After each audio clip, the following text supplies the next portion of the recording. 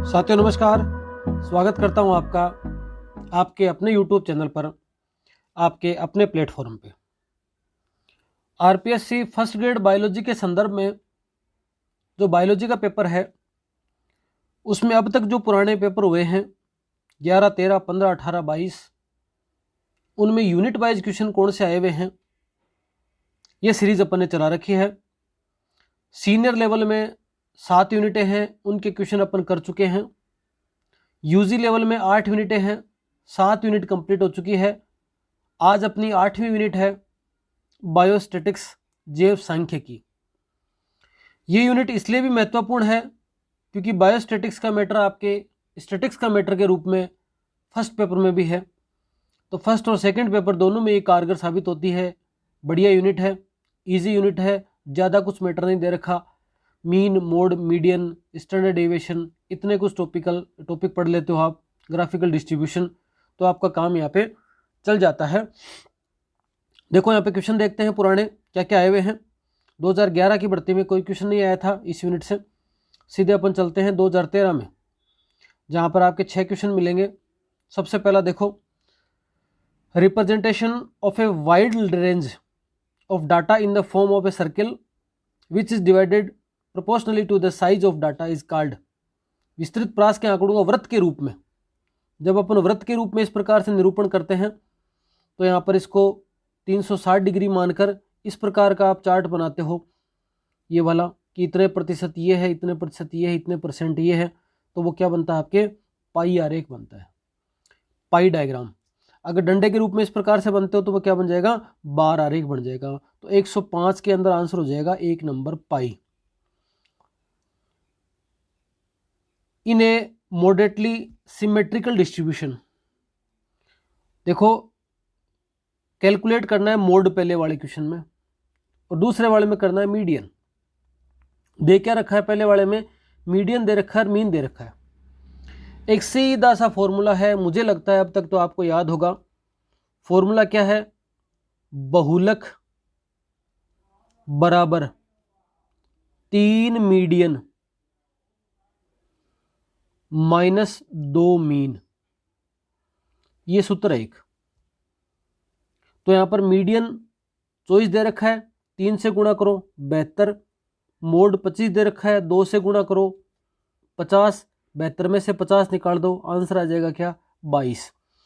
ये गलत, ये गलत, 2 ऑप्शन है तीसरा और चौथा, जहां पर 22 दे रखा है।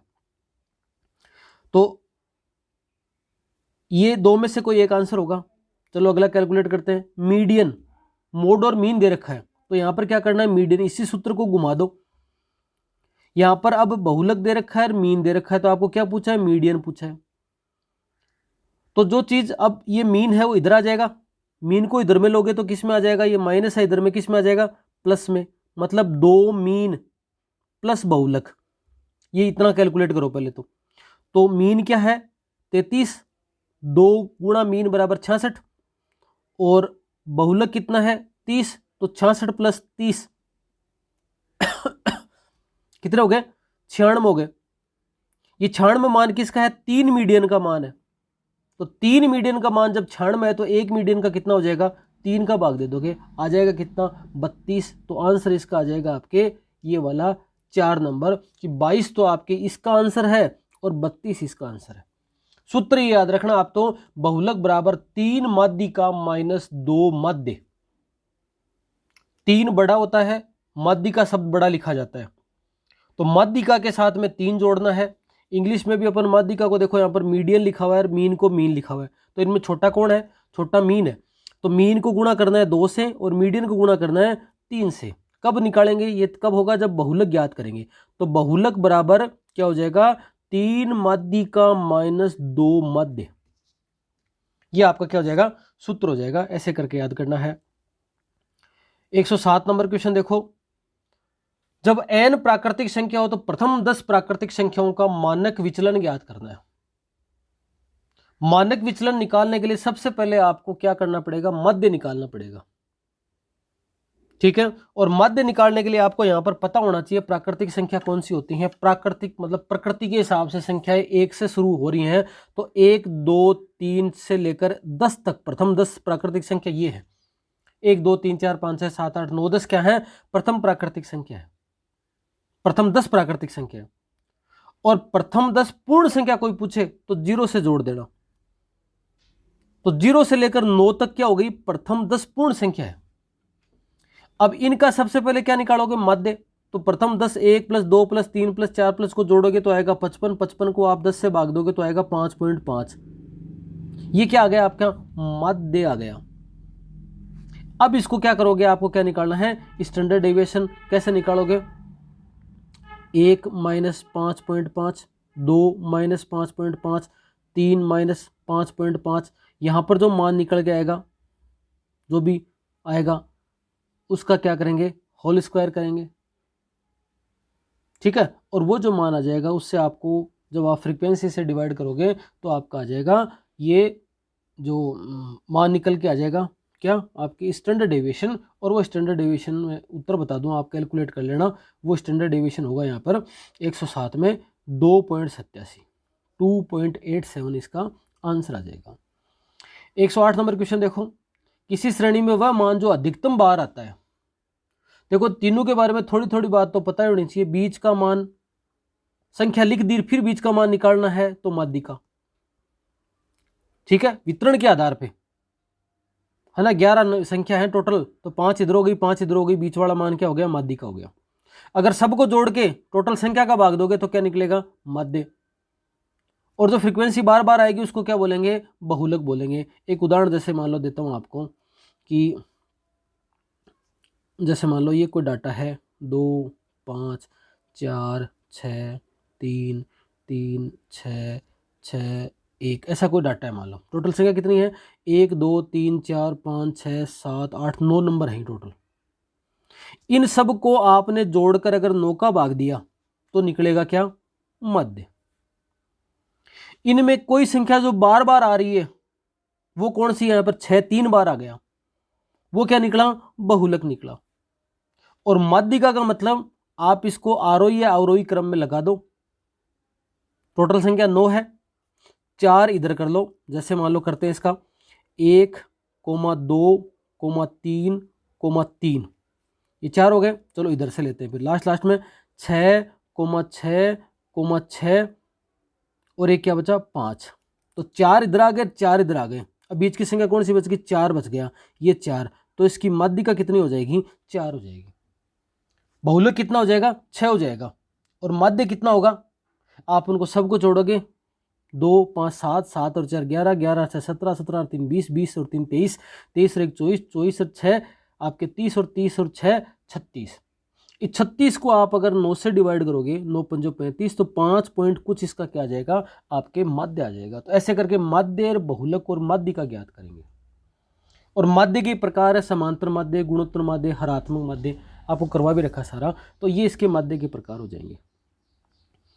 109वां नंबर क्वेश्चन जो है आपके प्रोबेबिलिटी का था। प्रोबेबिलिटी आपके सिलेबस में है नहीं, इसलिए इसको डिलीट कर दिया था आरपीएससी ने। और 110 नंबर भी क्वेश्चन भी आपके रिग्रेशन लाइन का था, वो भी आपके सिलेबस में नहीं है, तो इसको भी डिलीट कर दिया था, इनको नहीं देखना। 2015 पे चलते हैं। पहला क्वेश्चन, केंद्रीय प्रवृत्ति का सर्वोत्तम माप। उस समय आंसर मान रहे थे कि मीन आ जाएगा इसका, लेकिन आरपीएससी ने इसको डिलीट कर दिया था। Formula of coefficient of standard deviation. जब स्टैंडर्ड डेविएशन निकालते हैं तो उसके बाद में उसका प्रमाप विचलन के गुणक का सूत्र कोफिशिएंट ऑफ निकालते हैं। तो जब स्टैंडर्ड डेविएशन का सूत्र क्या है आपके? ये चिन्ह है। इसमें अगर आपने ये निकाल लिया मान, आपने ये स्टैंडर्ड डेविएशन का सूत्र चिन्ह है। इसमें अगर आपने मीन का भाग दे दिया तो आपके सामने आ जाएगा कोफिशिएंट ऑफ स्टैंडर्ड डेविएशन। तो ये स्टैंडर्ड डेविएशन बटा मीन, उत्तर आ जाएगा इसका 43 का, ये वाला आंसर याद रखना है। क्वेश्चन सीधा सीधा फॉर्मूला पूछ लिया। Which type of graphical representation of data is commonly used for the percentage distribution. अभी आपको बताया था, अपन एक ग्राफ बनाते हैं, बीच का सा ग्राफ क्या आपका एक सर्कल बनाते हैं, वृत्त बनाते हैं, और इसमें पर परसेंटेज के डिस्ट्रीब्यूशन के आधार पे अपन निकालते हैं। ठीक है, जैसे मान लो कि आपके जो दोनों पेपर हैं, जैसे मान लो ये आपके मान लो कि 5 पेपर होते हैं, 10वीं में आपने पढ़ा 6 पेपर थे, तो 6 पेपरों में आपके किस किस प्रकार से नंबर आए उनका अगर ग्राफ निकालना होगा तो परसेंटेज के बेसिस पे आप इसको यहाँ पर निकाल सकते हो। किसी पेपर में ज़्यादा आए थे 1 2 3 और मान लो इसमें एक और ही कम आए थे, तो ऐसे करके आप उसको वृत्त के रूप में कर सकते हो। तो यहाँ पर आ जाएगा इसका पाई चार्ट, तो 113 का नंबर आ जाएगा 2। पाई का क्वेश्चन 13 में भी आया, 15 में भी आया। 18 पे चलो देखो, एक वर्ग के निम्नतर व उच्चतर परिसीमा का औसत मान क्या होता है? लोअर और अपर लिमिट जो है उसका औसत मान लो 20 लोअर लिमिट है और 30 अपर लिमिट है, तो 20 + 30 को जोड़ के 2 का भाग दिया तो क्या आया? 25 आया। तो 25 किसका क्या हो गया? एक तरीके से मिड पॉइंट हो गया इसका, ठीक है। तो 25 इसका मिड पॉइंट निकल जाएगा। बाउंड्री की बात करेंगे यहाँ पे, तो बाउंड्री 20 से भी थोड़ा कम लें 15, 30 से थोड़ा ऊपर लें 35, तो 15 से 35 इसकी बाउंड्री को कवर करेगा। 20 से 30 फ्रीक्वेंसी है ही, और इंटरवल कितना है? 20 से 30 के बीच में 10, ये इंटरवल निकल जाएगा।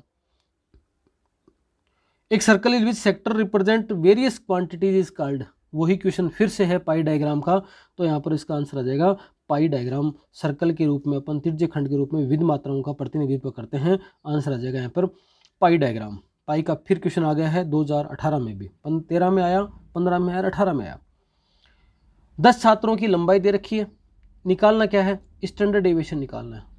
ये यूनिट बहुत सरल है, ये यूनिट हार्ड कब होगी? जब ऐसा ही कोई क्वेश्चन आ जाए जो बहुत ज़्यादा लेंदी हो और आपका समय खाए हुए एग्जाम में, वो तो बात अलग होती है। बाकी क्वेश्चन बहुत इजी आएंगे, तो इसलिए आपको इनको इजीली कर सकते हो, छोड़ना इसको नहीं है, क्योंकि आपके फर्स्ट पेपर में भी काम आएगी ये।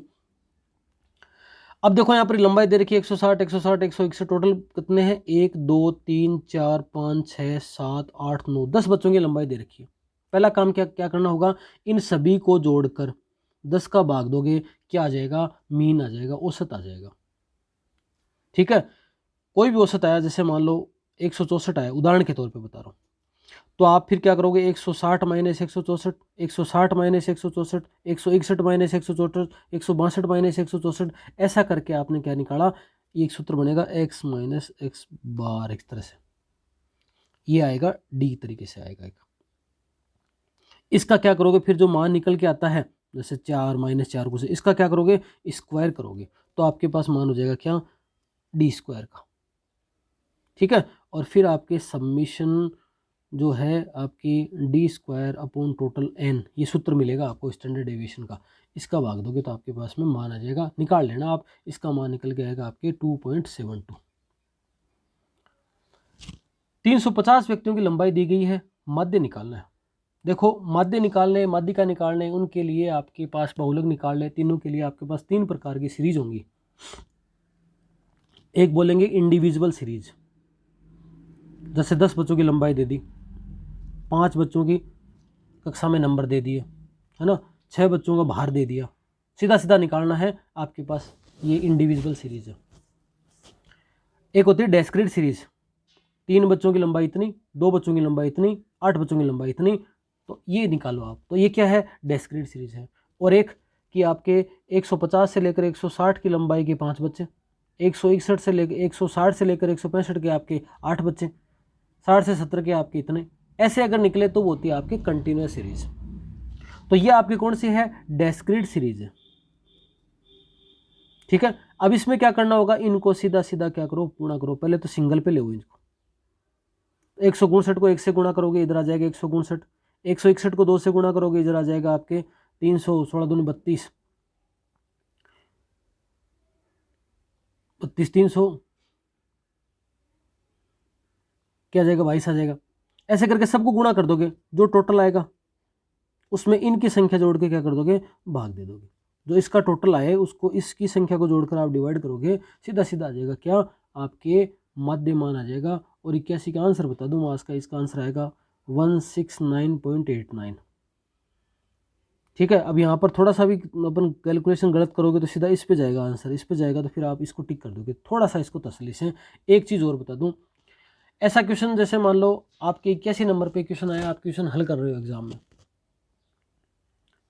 आपकी गणित मध्यम स्तर की है या बहुत बढ़िया नहीं है, बहुत बढ़िया तब कोई बात नहीं है, बहुत बढ़िया नहीं है, मध्यम स्तर की है, आपने 80 क्वेश्चन हल करे, बीच में 81 नंबर पे ये आ गया, मुझे पता है कि आप इसको जब कैलकुलेट करोगे फिर जोड़ोगे, इन 167 को जैसे मान लो 167 को आपने 131 से गुणा किया, समय लगता है वहाँ पे। ये क्वेश्चन नहीं करते, आपके 4 से 5 मिनट खाएगा।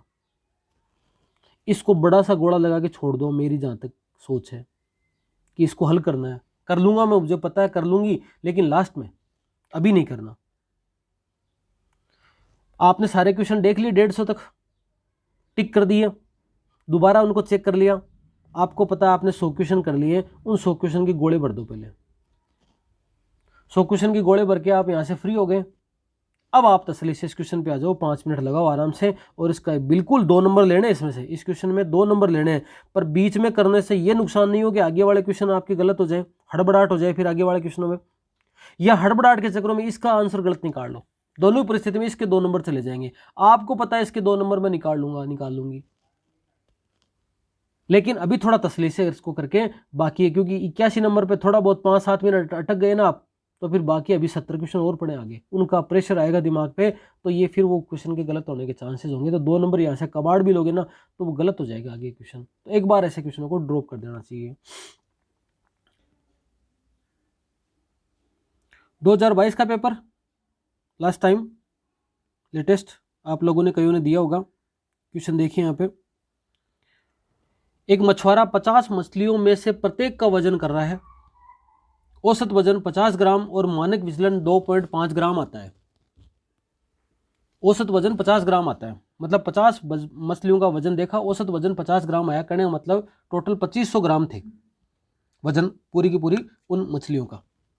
बाद में पाया गया कि मापने के पैमाने को गलत तरीके से रखा गया और हमेशा मछली का वजन 2.5 ग्राम कम दर्ज, मतलब 2.5 ग्राम कम दर्ज कर रहा था ना, तब जाकर कितना आया, औसत वजन 50 आया। इसका मतलब हर में 2.5 ग्राम बढ़ जाना चाहिए, तब जाके औसत सही आएगा, क्योंकि वो क्या कर रहा था, 2.5 ग्राम कम तोल रहा था जबकि था ज्यादा। तो रियल में वजन कितना हो जाएगा, सभी में जोड़ दो 2.55, तो 50 की जगह कितना हो जाएगा, 52.5। एक ही ऑप्शन है यहाँ पे 52.5 का। अगर ऑप्शन में 2-3 में होते 52.5, तब आप क्या कर देते, आपके पास 52.5 आ गया औसत, तो अब क्या कर देते, आप इसका स्टैंडर्ड डेविएशन निकाल लेते हैं, तो आंसर आ जाएगा 52 का 1 नंबर।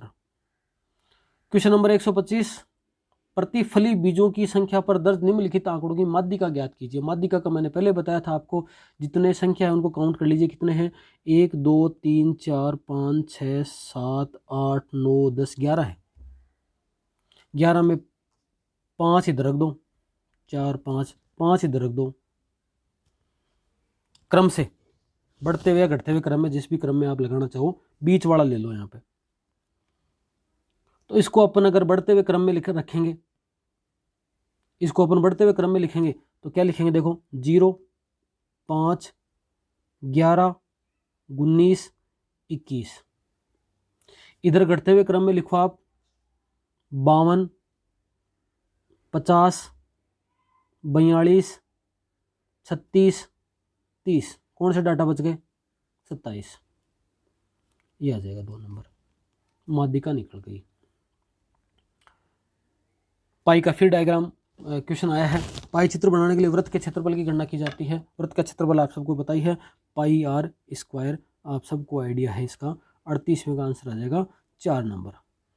146 देखो, बहुलक क्या है, डाटा के मध्य का मान। मध्य का मान तो नहीं हो सकता, क्योंकि अगर अपने डाटा सेट किया तो उसके बीच का मान तो फिर तो माध्यिका निकल के आएगा। आंकड़ों की श्रृंखला के मध्य का वह मान जो संपूर्ण वितरण को 2 बराबर भागों में बांटता है, ये माध्यिका हो गया वैसे देखा जाए तो। बीच का मान निकले तो कोई मीन हो जाएगा। डाटा सेट में बार बार में आ रहा है ना, वो मान क्या है आपके, वो आपके मोड है। डाटा सेट में बार बार जो मान आ रहा है वो आपके मोड है, तो इसका आंसर जो है आ जाएगा आपके 2 नंबर 146 का। और लास्ट क्वेश्चन देखिए, बारंबारता बंटन के आलेखीय निरूपण को क्या कहते हैं, फ्रीक्वेंसी डिस्ट्रीब्यूशन ग्राफिकल रिप्रेजेंटेशन आलेख के रूप में, वो कहलाता है आपके हिस्टोग्राम। 147 में आ जाएगा आपके 4 नंबर। तो ये क्वेश्चन थे, 17 क्वेश्चन थे, 3-2 यहाँ पे डिलीट हो रखे हैं, तो 15 क्वेश्चन इस प्रकार से स्टैंडर्ड डेविएशन तक आपको पढ़ना है सेकंड पेपर में, और बाकी स्टैटिस्टिक्स आपके फर्स्ट पेपर में भी है। अगले वीडियो के साथ फिर मिलेंगे। इसमें इतना ही। इसके साथ अपन सीनियर और यूजी का कंप्लीट पुराने क्वेश्चन जो यूनिट वाइज आए हुए हैं उनको अपन डाल चुके हैं। इनकी पीडीएफ भी मैं टेलीग्राम पे डाल रहा हूं, तो आप वीडियो में नए हैं तो टेलीग्राम के माध्यम से आप जुड़ जाइए, जहां पर इनके क्वेश्चनों की पीडीएफ, क्योंकि एक बार वीडियो देख लोगे तो उसके बाद में आपके पीडीएफ यूनिट वाइज रहेंगी, तो आप उनको ईजी वे में देख सकते हो। धन्यवाद।